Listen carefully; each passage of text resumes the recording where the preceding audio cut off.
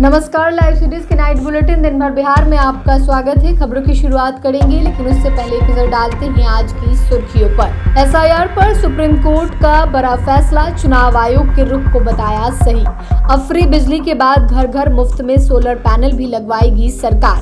बाहुबली नेता अनंत सिंह से मिलने पहुंचे मंत्री अशोक चौधरी। चुनाव आयोग को आगे कर अपना काम निकाल रही बीजेपी। तेजस्वी का एसआईआर पर बड़ा खुलासा। मतदाता अधिकार यात्रा के लिए कांग्रेस ने कोऑर्डिनेटर की लिस्ट जारी की।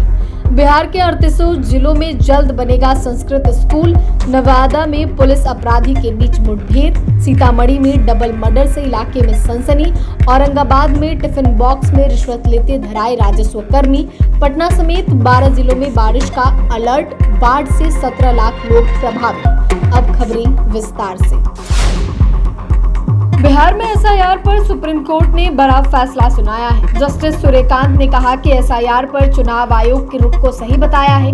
उन्होंने कहा है कि आधार को नागरिकता के निर्णायक प्रमाण के रूप में स्वीकार नहीं किया जा सकता, इसे सत्यापित करना आवश्यक है। बिहार में मतदाता सूची पुनरीक्षण से जुड़े मामले की सुनवाई के दौरान जस्टिस सूर्यकांत ने कहा कि बिहार भारत का हिस्सा है। अगर बिहार के पास नहीं है तो दूसरे राज्यों के पास भी नहीं होंगे।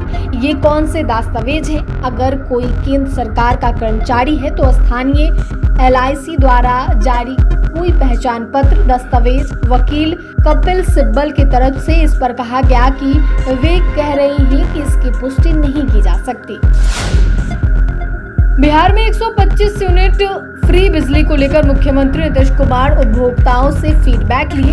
इसके बाद अब घर घर मुफ्त सोलर पैनल लगाए जाने की बात सीएम नीतीश कुमार की तरफ से कही गई है। सीएम नीतीश बोले, सरकार और सौर ऊर्जा को काफी बढ़ावा दे रही है। नीतीश कुमार ने याद दिलाया कि 2005 से पहले बिहार में बिजली की हालत बेहद खराब थी। कई जगह तो दिन में 7 से 8 घंटे ही बिजली आती थी।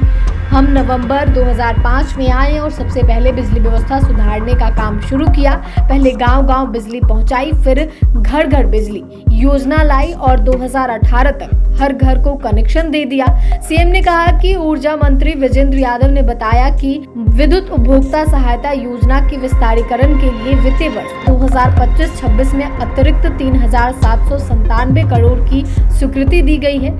इस साल ही राज्य सरकार पर 19,792 करोड़ का वित्तीय भार आएगा, जो अगले साल और बढ़ेगा। पूर्व बाहुबली विधायक अनंत सिंह से मिलने उनके आवास पर मंत्री अशोक चौधरी पहुंचे। दोनों नेताओं के बीच लंबी बातचीत हुई, जिसमें राजनीतिक मुद्दों से लेकर बिहार विधानसभा चुनाव में टिकट को लेकर भी चर्चा हुई। बातचीत खत्म होने के बाद अनंत सिंह अपने आवास पर मौजूद लाखों की कीमत वाले भैंस को भी मंत्री को दिखाया। इस दौरान दोनों नेताओं के बीच हल्के फुल्के माहौल में बातचीत भी हुई। मुलाकात के बाद मंत्री अशोक चौधरी ने कहा कि अगर पूर्व विधायक मोकामा से लड़े तो पार्टी बिना मेहनत के जीत जाएगी। दिल्ली में इंडिया गठबंधन के नेताओं के जोरदार प्रदर्शन के बाद बिहार विधानसभा नेता प्रतिपक्ष तेजस्वी यादव ने बड़ा बयान दिया है। उन्होंने कहा है कि यह भाजपा का बड़ा षड्यंत्र है।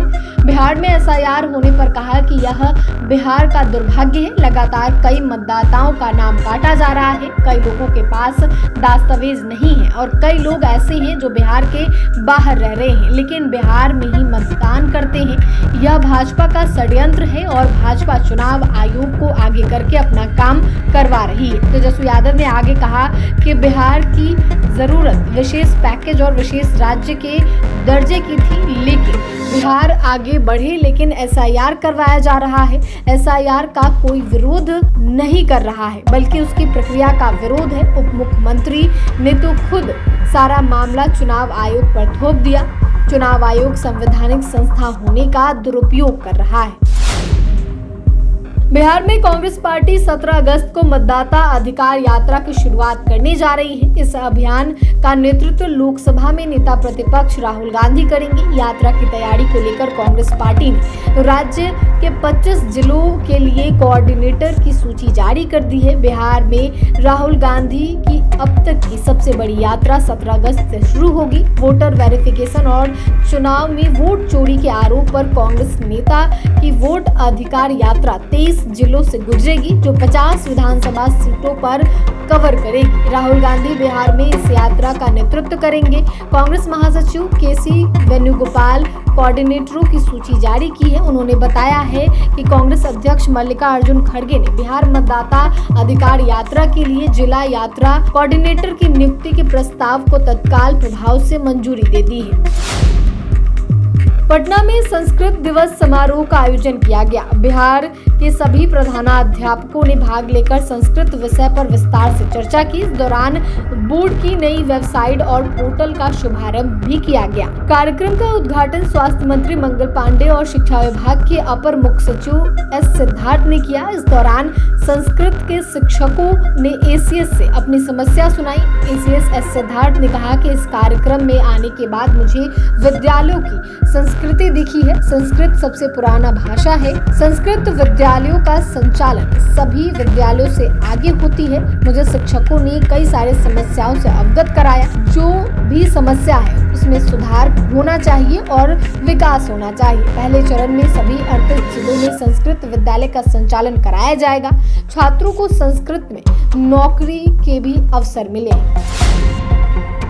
नवादा के हिसुआ थाना क्षेत्र में पुलिस और अपराधी के बीच मुठभेड़ हुई। मुठभेड़ में एक अपराधी को पैर में गोली लगी। अपराधी की पहचान गया जिले के निखिल कुमार के रूप में हुई है। नवादा एसपी अभिनव धीमान के अनुसार हिसुआ पुलिस और एसटीएफ ने अपराधी को गिरफ्तार किया। पूछताछ में उसने मंझवे पहाड़ के पास हथियार छिपाने की बात बताई। हथियार की तलाशी के दौरान अपराधी ने पुलिस पर फायरिंग शुरू कर दी। जवाबी कार्रवाई में पुलिस ने गोली चलाई जो उसके दाहिने पैर में लगी। सीतामढ़ी से दिल को दहला देने वाली घटना सामने आई है। यहाँ बदमाशों ने एक माँ बेटी की हत्या कर उनके शव को पेड़ से लटका दिया है और मौके से फरार हो गए। डबल मर्डर की घटना से इलाके में सनसनी फैल गई है। घटना बाजपट्टी थाना क्षेत्र के पटदौरा गांव की है। घटना की सूचना पर बाजपट्टी पुलिस और एफएसएल की टीम मौके पर पहुंची और जांच शुरू कर दी। वारदात से पूरे इलाके में दहशत और आक्रोश का माहौल है। स्थानीय लोगों के मुताबिक बच्ची संभवतः महिला की बेटी है। दोनों के शव जमीन से करीब 2 फीट ऊपर लटके मिले। घटना की सूचना पर बाजपट्टी पुलिस और एफएसएल की टीम मौके पर पहुंची और जांच शुरू कर दी। पटना से आई निगरानी की टीम ने ओबरा के अंचल कार्यालय स्थित डाटा सेंटर में रिश्वत के रूप में 20,000 रुपए के साथ दबोच लिया है। निगरानी विभाग के डीएसपी विकास कुमार श्रीवास्तव के नेतृत्व में 6 सदस्यीय टीम के द्वारा यह कार्रवाई की गई है। गिरफ्तार के बाद डीएसपी ने बताया कि इसकी शिकायत ओबरा के मानिकपुर निवासी उदय कुमार के द्वारा दी गई थी। उदय कुमार के द्वारा दिए गए शिकायत में बताया गया था कि राजस्व कर्मचारी प्रमोद कुमार के द्वारा जमीन के परिमार्जन प्लस का ऑनलाइन करने के लिए 20,000 की रिश्वत की मांग की गई थी। पटना के कुछ इलाकों में तेज बारिश हुई। मौसम विभाग ने आज पूरे प्रदेश में बारिश का अलर्ट जारी किया है। इधर बिहार में बाढ़ धीरे धीरे विकराल होती जा रही है। गंगा, कोसी, बागमती, बूढ़ी गंडक, पुनपुन, घाघरा समेत 10 नदियां खतरे के निशान से ऊपर बह रही हैं। इससे बिहार के 12 जिले बाढ़ की चपेट में हैं। राज्य में 17 लाख से अधिक आबादी बाढ़ से प्रभावित है। बाढ़ से सबसे ज्यादा प्रभावित इलाकों में भागलपुर है, जहां 75 पंचायतों की 4,16,000 से अधिक लोग पीड़ित हैं। भागलपुर के बिंद टोली के 100 में से करीब 40 घर गंगा में समा गए।